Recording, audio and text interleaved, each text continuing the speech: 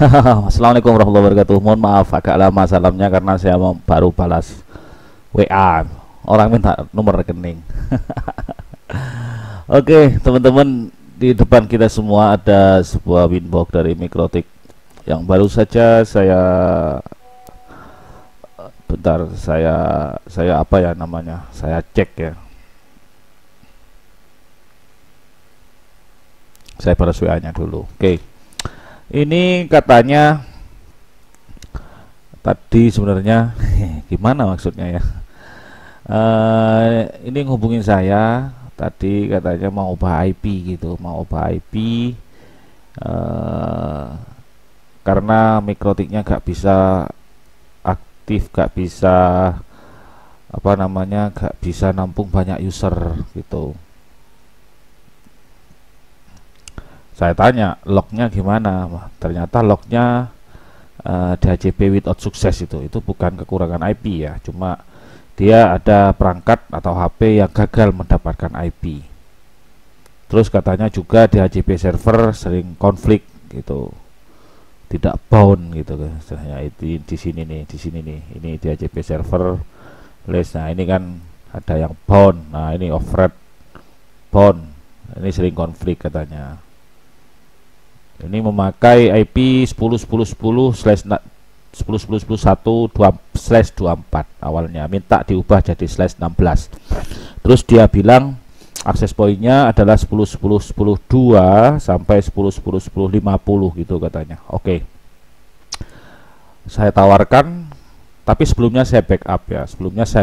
Saya lagi-lagi untuk mengeksekusi sebuah Mikrotik, saya bikin backupnya dulu baru saja. Ini sekarang jam 15 lebih 18, ini baru saja sekitar 18 atau 15 menit yang lalu lah. Ini kan saya backupnya gitu ya, itu. Jadi saya punya inisiatif, saya nggak mau pakai IP yang sebelumnya ada karena saya berpandangan dia pakai IP 10.10 sekian dan akses poinnya juga 10.10.10 sekian, 10.10.10.1 ya. Jadi AP-nya itu 10.10.2 dan seterusnya sampai 10.10.10.50. Oke, dan akses poinnya di binding. Ini seperti ini akses poinnya di binding. Dia bilang sampai 50, ternyata sampai 49, berarti ini 48 sebenarnya. Oke. Saya ubah lah gitu. Saya ubah IP-nya, meskipun di dalamnya ada settingan yang gak sama dengan punya saya pikir ini settingannya orang lain, tapi ternyata katanya belajar sendiri. Gak apa-apa kalau belajar sendiri. Oke, setelah saya ubah, ternyata seperti ini kondisinya teman-teman. Saya ubah IP-nya, saya beri script DHCP server untuk melihat apakah ada akses point yang DHCP servernya aktif gitu. Ternyata banyak ya, banyak ini ada berapa DHCP yang akses point yang DHCP-nya aktif. Kenapa? Tadi sebelum saya ubah IP-nya, ini sekarang saya ubah 170.0.0.1/16 ya. Jadi IP yang sering saya pakai dari dulu 170.0.0/16. Sebelumnya saya ubah 10.10.10.1/16 dan saya beri alert juga DHCP server. Itu nggak ketahuan. Kenapa? Karena IP kelasnya sama. Artinya gini, IP addressnya lah sama. Artinya ini Mikrotik ini mengeluarkan IP 10.10.10 sekian dan akses poinnya yang DHCP-nya aktif adalah 10.10.10 sekian gitu ya. Jadi Mikrotik tidak mendeteksi adanya perbedaan IP yang masuk ke dia karena seakan-akan nah ini IP-nya bermasalah itu. Seakan-akan ngomong gini, ini IP kayaknya bermasalah. Masa sih? Oh ini IP saya gitu. Kenapa? Karena akses poinnya juga pakai IP satu network dengan Mikrotik dan DHCP servernya aktif. Nah, gitu. Tahunya lemot gitu aja. Taunya lemot. Gimana saya bisa menebak lemotnya? Saya hayran juga dan salut juga gitu. Limitnya seperti ini teman-teman. Yang 3000 aja, limitnya 3000 harganya 6 jam. Limitnya 10 Mbps. Akhirnya aja 6 Mbps. Yang SHN mungkin seharian 6 Mbps. Ya, kenapa dibikin sampai seperti ini 6 Mbps? Karena di HCP aktif itu cukup satu voucher aja yang login. Semuanya langsung ikut bisa menikmati internet. Gitu. Ya pantas kalau dirasa lemot sampai dinaik-naikkan seperti ini. Saya tanya orangnya, wah gawat ini, hebat. Limit voucheran sampai diangkat sampai 10 Mbps katanya. Ya selama gak ada VUB gak masalah gitu katanya. Karena gak ada VUB. Tapi ini pemborosan sebenarnya.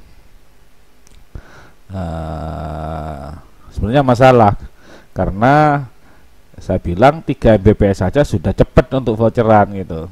Minta berapa kan gitu. Ini sampai diangkat sampai 10 Mbps. Ternyata masalahnya ada di DHCP server yang aktif.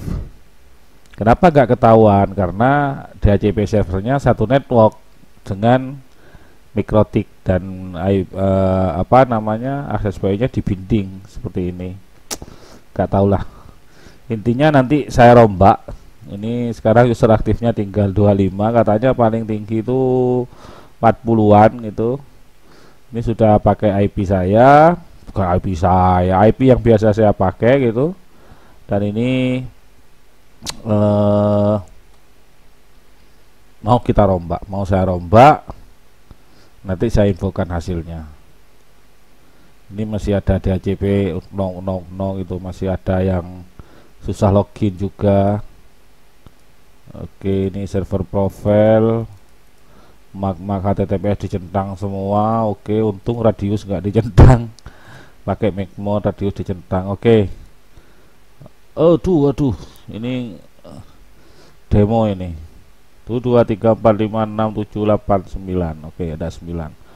Oke, kita nanti setelah eksekusi gimana hasilnya. A few moments later. Oke, ini sudah mikrotiknya udah jalan 6 jam, hampir 7 jam. Karena baru sempat juga saya bikin video keduanya. Ini IP-nya sudah saya ubah. IP-nya sudah pakai 170.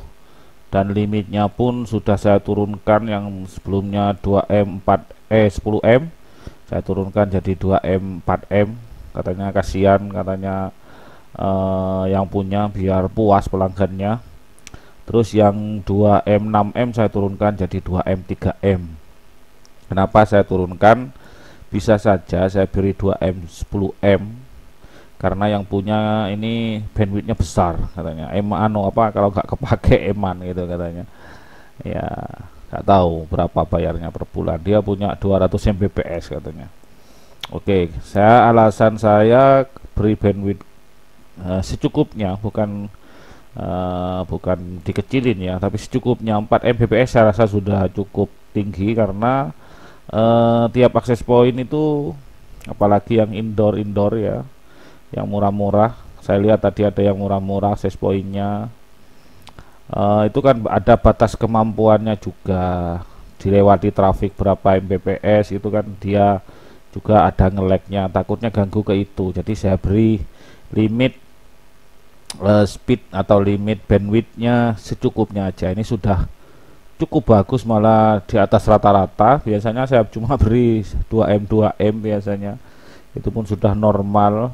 Ini malah saya beri 2M 4M karena biar bandwidthnya kebuang yang dari SP itu, biar pelanggan puas. Nanti kalau ada masalah nanti di akses point saya turunin lagi, takutnya akses pointnya malah gak kuat bikin bandwidth dilewati bandwidth besar.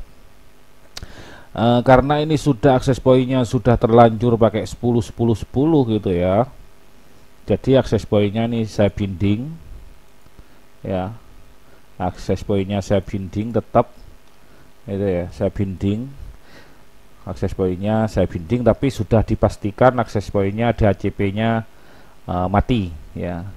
Akses point dipastikan DHCP servernya sudah mati, jadi di sini nggak ada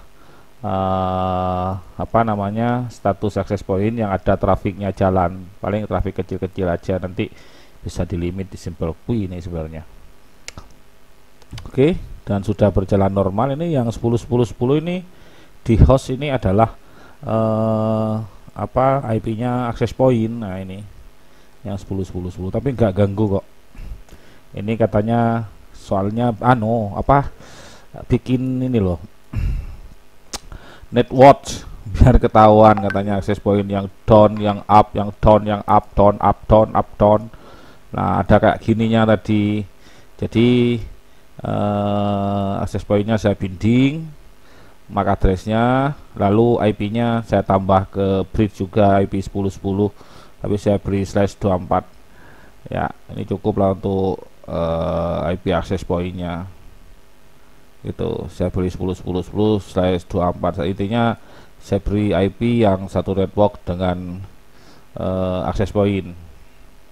Saya tambahkan gitu aja, lalu saya binding biar ini statusnya up, tapi pastikan access point-nya DHCP-nya mati gitu. Tidak lupa juga DHCP server saya beri alert untuk mengetahui access point yang bermasalah. Ini unknown server, ini kalau terisi berarti access point-nya ada yang aktif DHCP-nya. Terbukti tadi saya cek, saya perbaikin, ada 9 itu, 9 access point yang DHCP servernya aktif. Sekarang sudah ada 30-an user aktif. Wah, barusan 30 turun karena sudah malam, ini hampir jam 12 malam, 11 malam lebih lah ya, begitu. Dan sudah normal kayaknya, gak ada log-log aneh lagi, cuma ada log salah user password, biasa itu. Nah ini biasa, sering saya bilang kalau ini munculnya cuma satu ya gak masalah ya, itu aja. Daripada tadi banyak log-log bermasalah, ini sudah terhapus lognya. Itu aja teman-teman, semoga bermanfaat hasil sharing saya. Intinya hati-hati setting access point yang dibikin satu network dengan IP MikroTik, takutnya masih DHCP servernya masih aktif, itu sulit mendeteksinya. Karena apa? Kalau satu network itu pelanggan juga dapat IP seakan-akan sama dengan IP yang diberikan oleh MikroTik. Itu aja. Terima kasih. Saya Dimas Al-Faruq dari channel Belajar Dimas Al-Faruq, Dimas Pecinta Online. Tidak maksud menggurui, cuma sekedar berbagi. Terima kasih. Wassalamualaikum warahmatullahi wabarakatuh.